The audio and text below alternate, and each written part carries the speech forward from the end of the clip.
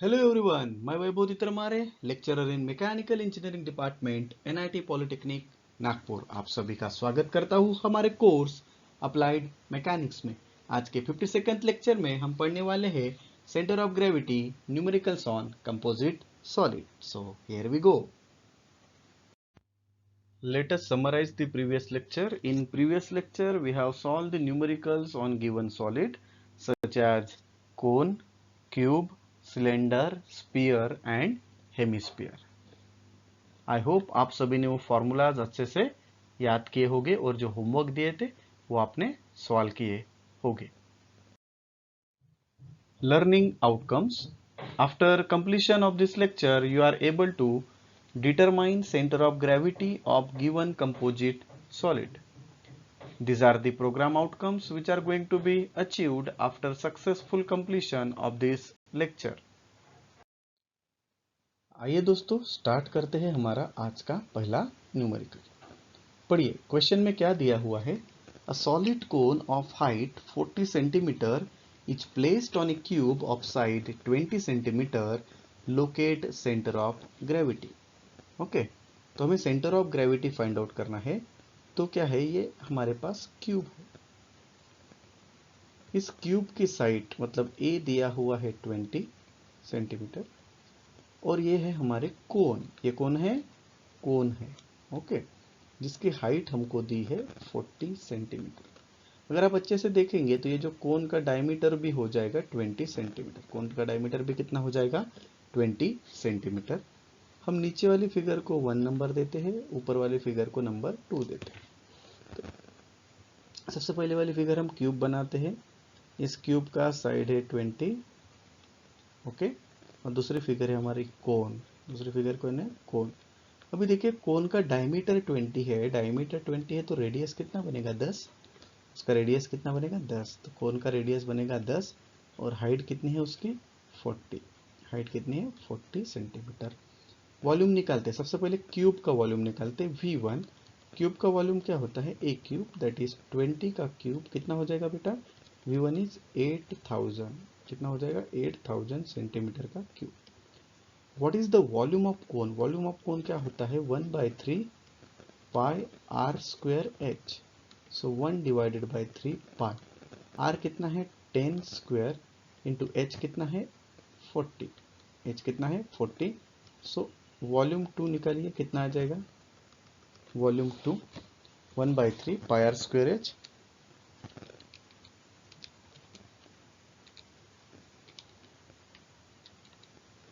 How much? 4188 4188.79 centimetre का cube. बराबर है। तो हमारे पास दोनों वॉल्यूम भी आ गए और हमारी डायग्राम भी बन गई थी। अभी देखिए इस डायग्राम को देखते हुए आपको कुछ समझ में आ रहा है क्या? बताइए मुझे। एक्स के बारे में बताइए। बताइए एक्स के बारे में। अगर मैंने यहाँ से बराबर सेंटर से इसको काट दिया, बराबर सेंटर से काट दिया तो एक्स एक्सिस कटता है मेरा। तो क्या मुझे यहाँ पे एक्स एक्सिस डायरेक्ट मिलेगा? दैट इज 20 का आधा। डायरेक्ट एक्स एक्सिस कितना मिलेगा? 20 का आधा। ओके, कितना मिलेगा? 20 का आधा। तो डायरेक्टली हम लिख सकते हैं x1 is 20 divided by 2। So x1 is 10। कोई फार्मूला नहीं है, देखने से हमको समझ में आता है। x2 भी कितना रहेगा? 20 डिवाइडेड बाई 2। सो x2 भी हमें कितना मिलेगा? x2 कितना मिलेगा हमको? 10 mm। देयरफॉर हमें x बार भी कितना मिलेगा? 10 mm। x बार भी कितना मिलेगा बेटा? हमें 10 mm मिलेगा। बराबर है। अभी हम y बार के लिए देखते हैं। x बार तो डायरेक्टली हमको मिल जाता है। अभी हम y बार के लिए देखते हैं। देखिए से सबसे पहले हम क्यूब का देखते हैं। क्यूब का ये y है, ठीक है। क्यूब का ये सेंट्रॉइड है, ठीक है। तो जब हम नीचे से ऊपर जाएंगे तो हमें यहाँ पे y मिलेगा। हमें क्या मिलेगा? यहाँ पे y मिलेगा। हमें पता है, हमें क्या पता है? हमें y पता है। क्यूब का y क्या रहता है? क्यूब का y रहता है a डिवाइडेड बाई 2। क्यूब का y क्या रहता है? a divided by 2। कितना रहता है बेटा? a divided by 2। ओके, तो हमें वो डायरेक्टली रेफरेंस से मिल रहा है। हमें वो काम इससे मिल रहा है, डायरेक्टली रेफरेंस से मिल रहा है। सो y1 हम डायरेक्टली ले लेंगे a divided by 2, that is 20 divided by 2। So y1 मिल जाएगा 10 mm। y1 कितना? 10 mm। ओके, फिर हम y2 देखते हैं। y2 के लिए थोड़ा सोचना पड़ेगा, y2 के लिए हमको क्या करना पड़ेगा, थोड़ा सोचना पड़ेगा। देखते हैं, देखिए दोस्तों, हमारा जो कोण है यहाँ से स्टार्ट हो रहा है, बराबर, यहाँ से स्टार्ट हो रहा है, और ये हमारा है सेंटर ऑफ ग्रेविटी। ये हमारा क्या है, सेंटर ऑफ ग्रेविटी। यहाँ से हमें सेंटर ऑफ ग्रेविटी y मिलेगा। मुझे बताइए दोस्तों, y क्या रहता है, कोण का y रहता है h डिवाइडेड बाई 3। क्या इस h डिवाइडेड बाई 3 में मुझे इतना डिस्टेंस मतलब 20 डिस्टेंस मिलाना पड़ेगा, क्योंकि क्यूब की साइड सेम रहती है, क्योंकि क्यूब की साइड क्या रहती है, सेम रहती है। तो हमें क्या करना पड़ेगा, कोण का जो y है h डिवाइडेड बाई 3, उसमें हमें 20 ऐड करना पड़ेगा। 20 क्या करना पड़ेगा, ऐड करना पड़ेगा, बराबर है। सो y2 is h divided by 3 plus 20। h कितना है उसका, 40 डिवाइडेड बाई 3 प्लस 20। तो कैलकुलेट करिए, y2 कितना आएगा, y2 is 40 divided by 3 plus 20, how much, 33.33। कितना आएगा, 33.33 mm। ओके, सो हमारे पास अभी y1 आ गया, y2 आ गया। अभी हम निकाल सकते हैं हमारा y बार। फार्मूला कैसे लिखेंगे, देखिए, v1y1 plus v2y2 divided by v1 plus v2। जब हम सेंट्रोइड के फॉर्मूले करते थे, प्रॉब्लम करते थे, तो वहाँ पे a1y1 था, यहाँ पे क्या है, v1y1। देखिए v1 कितना है 8000, y1 कितना है 10 प्लस v2 कितना है 4188.79 मल्टीप्लाइड बाय y2 कितना है 33.33 होल डिवाइडेड बाय 8000 प्लस 4188.79। तो हमें y बार मिल जाएगा। अच्छे से कैलकुलेट करिए, 8000 मल्टीप्लाइड बाय 10, इसको ब्रैकेट में डाल दीजिए, फिर प्लस दूसरा ब्रैकेट ले लीजिए, 4188.79 multiplied by 33.33 divided by 8000 plus 4188.79। Okay, तो आपको y बार मिल जाएगा 18.01। कितना मिला बेटा y बार आपको, 18.01। y बार कितना मिला आपको, 18.01 mm। So this is the y बार। तो इसका फाइनल आंसर कैसे लिखेंगे, पहले x लिखने का 10 और आखिरी में लिखने का 18.0। This is the final answer. Okay, आइए देखते और एक न्यूमेरिकल हम सॉल्व करते हैं। पढ़िए क्वेश्चन में क्या दिया हुआ है। A solid cone having a base diameter 6 cm and height 10 cm kept coaxially on a solid cylinder having 6 cm diameter and 12 cm height, find center of gravity। तो क्या बताया गया है यहाँ पे कि हमारे पास सबसे पहले कोन है, कोन है, कोन है, कहाँ पे बैठा हुआ है, सिलेंडर के ऊपर बैठा है, कोएक्शियली बैठा है। कोएक्शियली बैठा है मतलब दोनों के एक्सिस कैसे है, सेम। दोनों के एक्सिस कैसे है, सेम। फिर दिया है, सबसे पहले कोन की बात हुई है, डायमीटर दिया है 6 सेंटीमीटर। जो डायमीटर है ये 6 सेंटीमीटर है और हाइट दी हुई है कोन की 10 सेंटीमीटर। सिलेंडर का भी डायमीटर, सिलेंडर का भी डायमीटर दिया हुआ है आपको 6 सेंटीमीटर और इसकी हाइट दी हुई है सिलेंडर की कितनी, 12 सेंटीमीटर।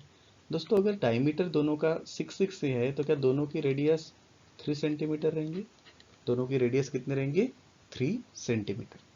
उसके बाद हमारा अजम्पशन ये रहता है कि नीचे वाली फिगर को हम 1 लेते हैं, ऊपर वाली फिगर को हम नंबर 2 लेते हैं, बराबर है।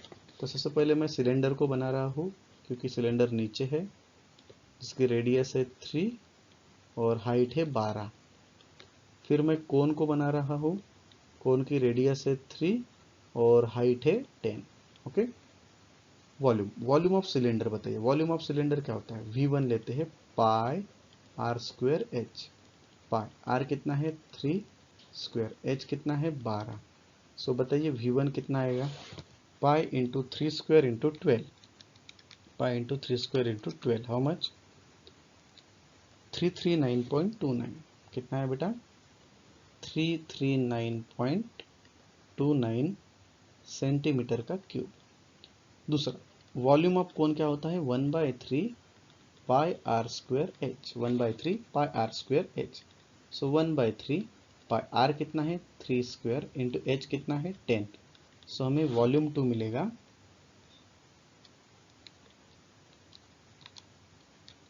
कितना मिलेगा देखिए 94.24 94.24 सेंटीमीटर का क्यूब। देखिए दोस्तों ये भी डायग्राम ऐसे जब हम इसको ऐसे बीच में से काट देंगे तो इसके भी दो सेम टुकड़े होंगे। तो क्या इसका x1 6 का आधा रहेगा मतलब 3, x2 भी 6 का आधा रहेगा मतलब 3। इसी तरह से हमको पता चलता है कि इसका x बार भी कितना रहेगा 3 सेंटीमीटर। इसका x बार भी कितना रहेगा बेटा, इसका x बार भी रहेगा 3 सेंटीमीटर। ओके, अभी हम देखते हैं y बार के लिए। y बार के लिए थोड़ा सा सोचना पड़ता है, ज़्यादा नहीं सोचना पड़ता है। कितना सोचना पड़ता है, थोड़ा सा। सबसे पहले हम नीचे वाले फिगर की बात करते हैं। So this is the centre of gravity of cylinder. ये सेंटर ऑफ ग्रेविटी सिलेंडर का। जब हम यहाँ से ऊपर जाएंगे तो हमको y मिलेगा। बताइए दोस्तों सिलेंडर का y क्या रहता है, बताइए सिलेंडर का y क्या रहता है। सिलेंडर का y रहता है h/2। सिलेंडर का y क्या रहता है h/2। उसकी हाइट कितनी है 12/2। सो आपको y1 मिलेगा 6 सेंटीमीटर। y1 कितना मिलेगा 6 सेंटीमीटर। अभी हम कोण का y देखते हैं। किसका y देखते हैं, कोण का y। ठीक है, कोण का y तो यहाँ पे मतलब यहाँ पे इसका सेंटर ऑफ ग्रेविटी रहेगा।